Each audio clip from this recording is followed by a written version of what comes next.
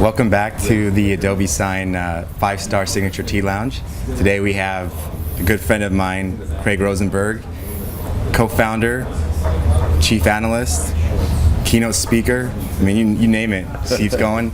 He's a well-known thought leader in the space of account-based selling, account-based marketing, and so I think it's a topic we want to tackle today. Yeah, Welcome. I love it.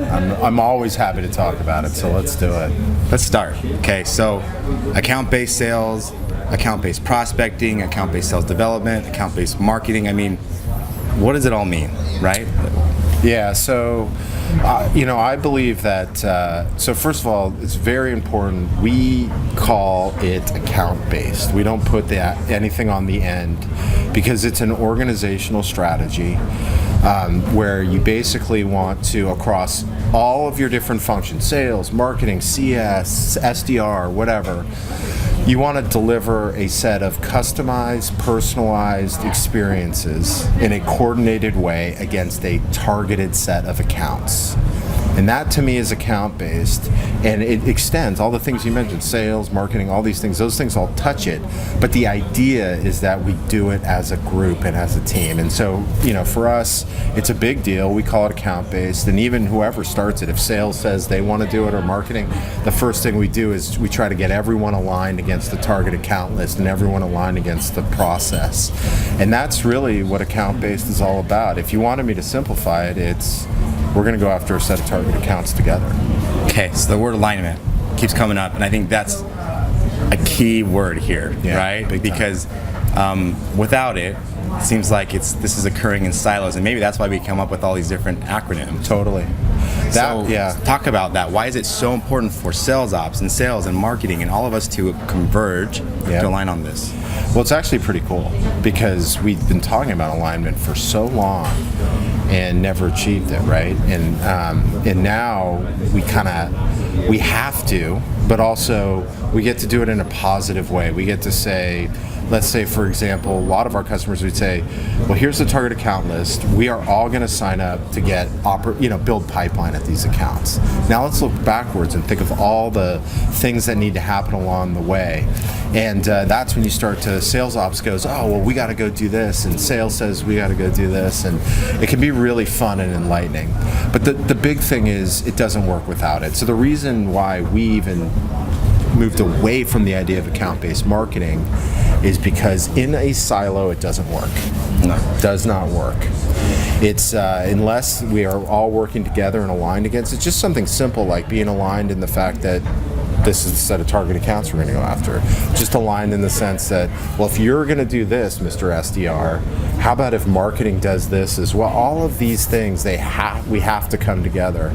But the nice thing here that allows us to come together is, number one, we argue before we start the program, right? So today in the volume and velocity world, we argue after. We say, well, why isn't that a good lead? Today we say, here's who we're going after. Are we all good? We're all good? Let's go, right? So now we're already aligned because we've decided before we spend resources on what's good, right? And then that's number one. And number two, let's say you didn't align on the sales development sales side. Going and achieving that on their own is really hard, right? So if you went to you go to an ADR team and say, oh, you can't email everyone in the world. You only get 100. Okay, go for it. Right? Now we're seeing SDRs come across that and go, well, marketing, instead of doing the lead, can you help us, right? And so it's just, you need it. It's got to happen. But account-based in and of itself can help facilitate that, right? Because it starts at the top in deciding on what the account list is. And, even if we start a little bit fragmented, people start to see this is different. Right, we gotta come together, and we're seeing a lot of cases where it starts with the alignment on the target list. Then people start to go talk to each other and say, "How can we go work together?" In a perfect world, they do it from the start, but look, in reality, like I said, I always tell people, let the ADRs start, and they'll come back and say, I need 8 more per month, and marketing will say, I can help, and then we start to work together. Then we start to work together with sales, and then sales ops says, well, we need a common platform to be able to do that. We need to set up Salesforce to be able to manage account-based, because most people are not set up for that. And that, so I don't know, I just said a whole bunch of stuff. No, let's drill into that. So talked about a couple of issues that could be potential pitfalls, right? Like, what are those major pitfalls? Areas where in theory it sounds great, or our friend told us it's a good thing that we need to be doing and we should be trying, or we read something great that Topo released about it and we get all pumped and we want to go release it, but where do we actually fall apart? Where do we fall flat on our face when we try to roll this out?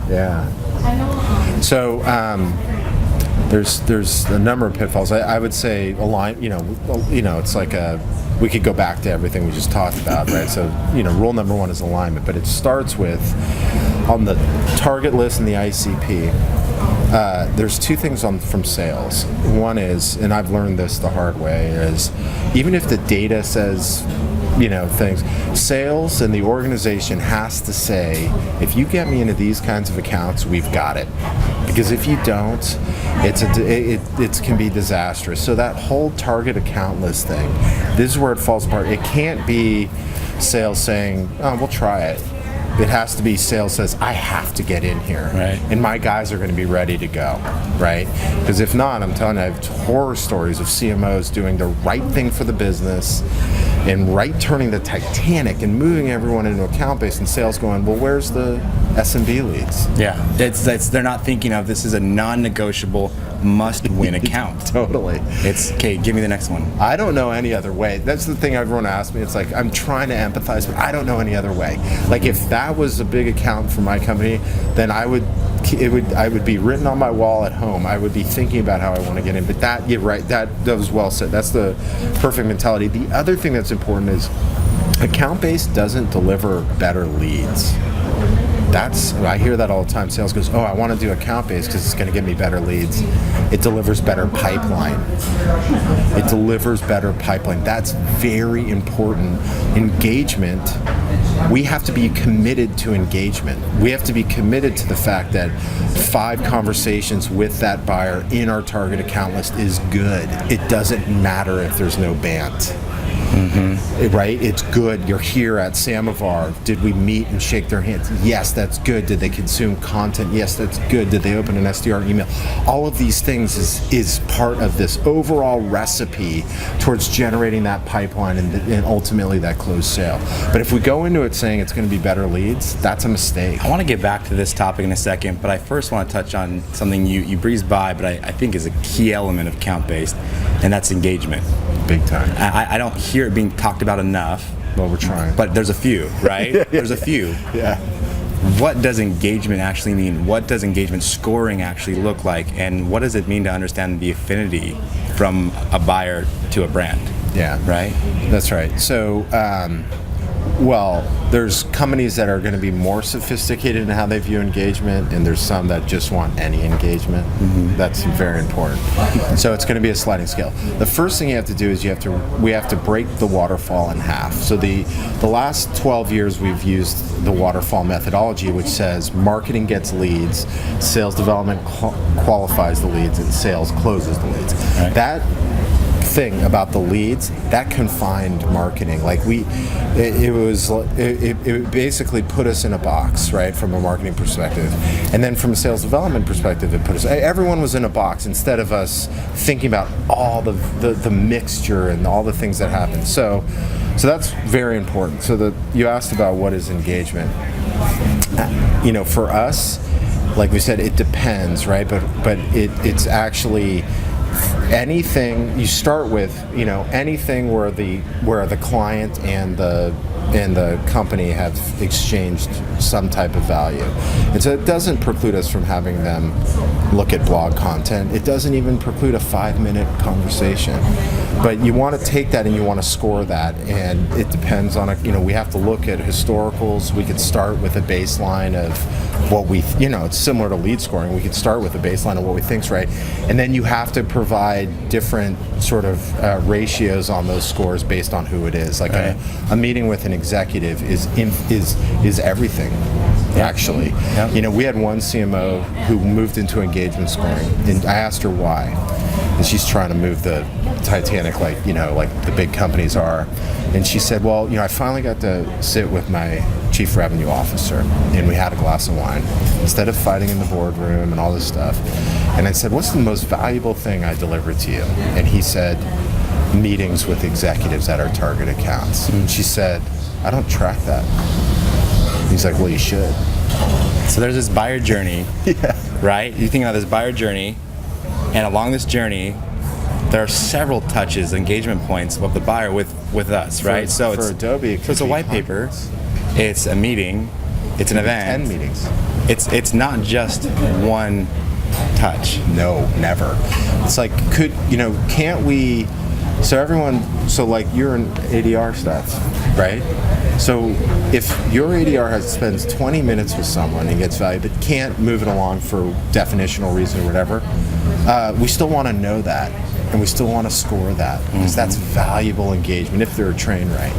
If we give them content after, all of these things that we do, we have to look at and we have to score. We have to look at how they engage with us on the internet. Now, it may not have as big of a score, but for some of my customers, they just want their target accounts to come to their website. Right.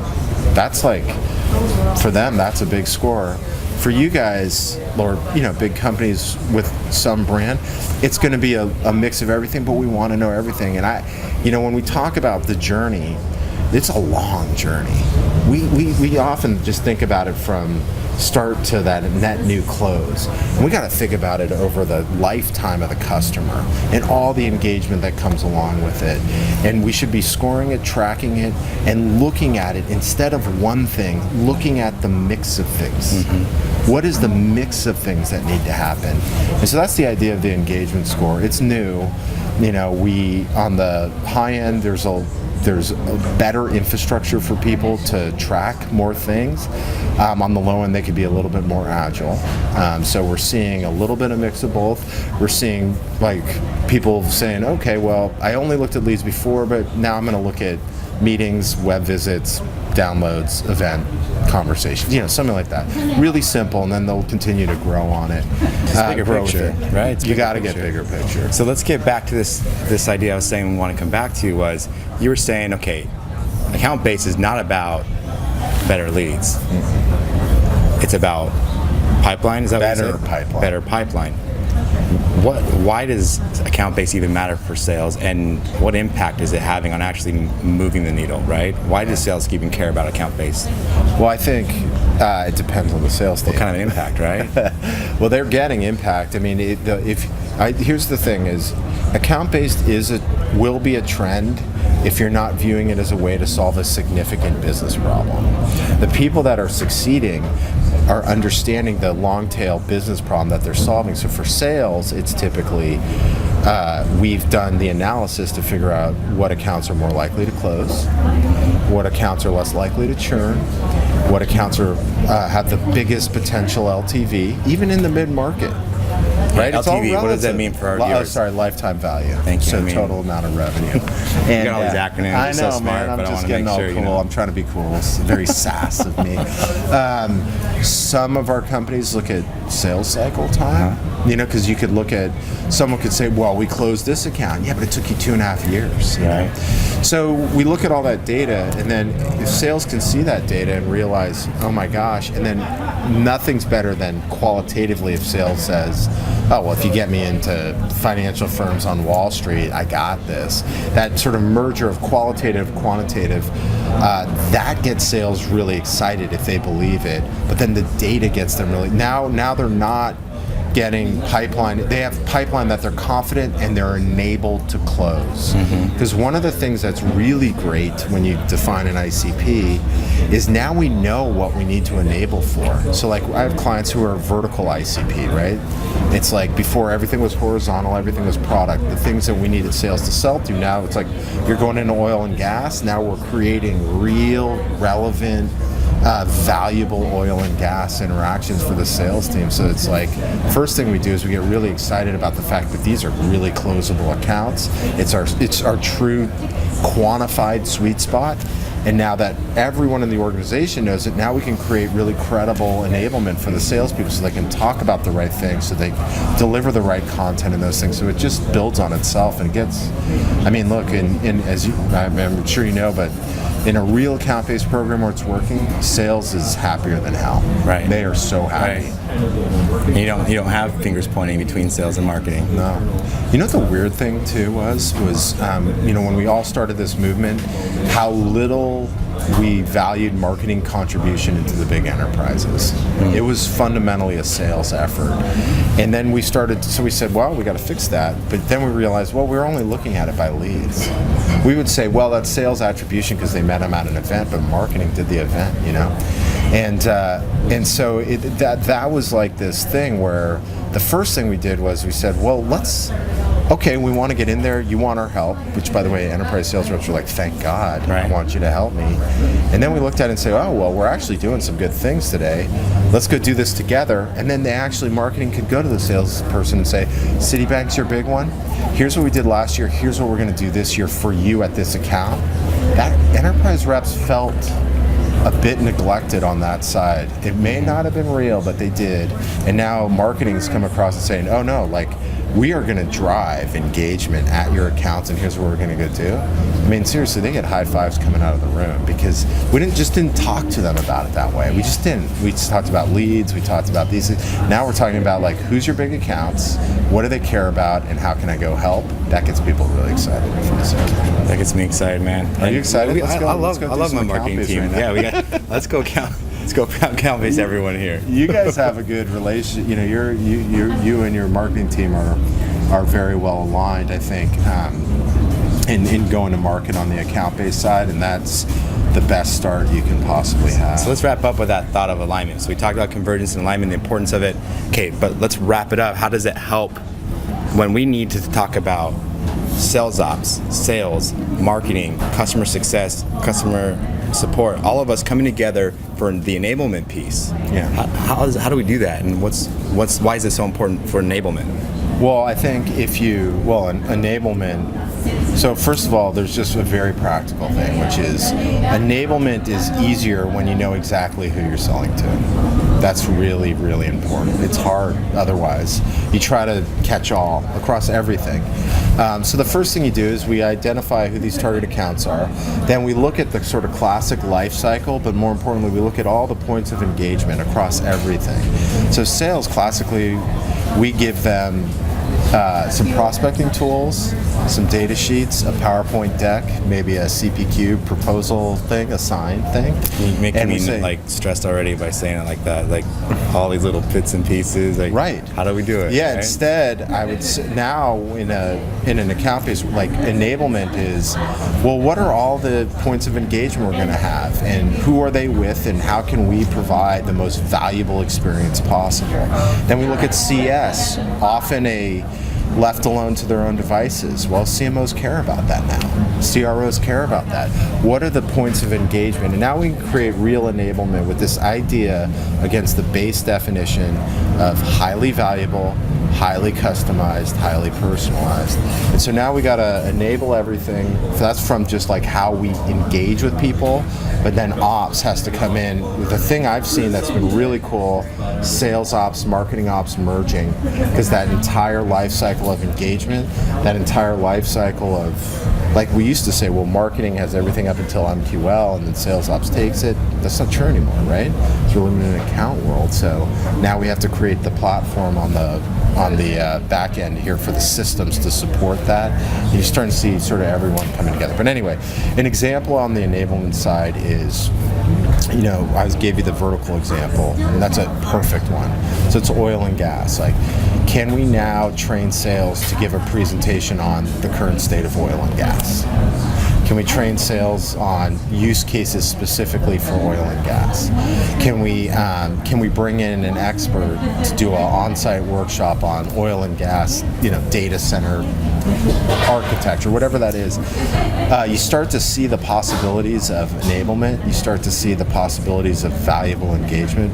But it is hard to do if you can't sort of align around the accounts and find the commonalities that we need in order to create something that's relevant. The other thing too is, so you enable them, and then you want to train sales to find ways to 20% customize everything based on what they learn. Now that's old school discovery, understanding needs. Kind of lost a little bit particularly in the mid-market.